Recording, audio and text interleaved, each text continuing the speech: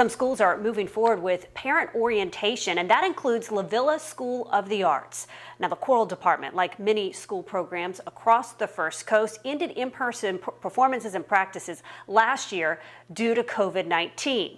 Tonight, On Your Side's Robert Bradfield is live at the school with a look at how this school year is going to be different. Robert?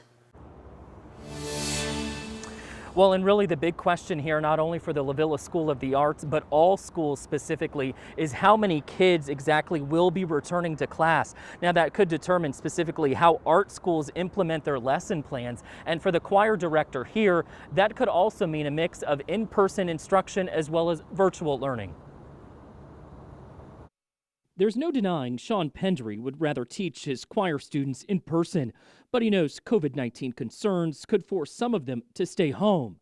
The LaVilla School of the Arts choral director is making arrangements for both. We've started with the idea that performances aren't going to look like they did last year. One major performance did not happen because of the coronavirus. About a week before his students were expected to fly to Ireland, he had to make the decision to cancel. We had some friends in Ireland saying things are already shutting down over here. This isn't going to happen. And when we had to break that news to our student body and parents who were literally a week away from that flight, that was one of the most heart-wrenching portions of my career. Pendry is working on lesson plans, how his students will be taught if they choose to learn virtually. But he's hoping after the first 9 weeks, students are able to return to school safely. We've had several parents that wrote and said, "We love you, we're going to miss you." And we say, "We understand, we'll see you as soon as we get back, and we can't wait to make music together."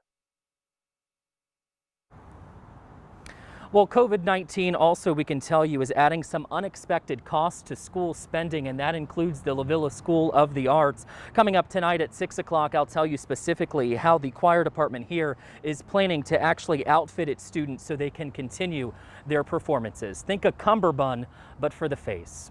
We're live tonight. Robert Bradfield, First Coast News, On Your Side.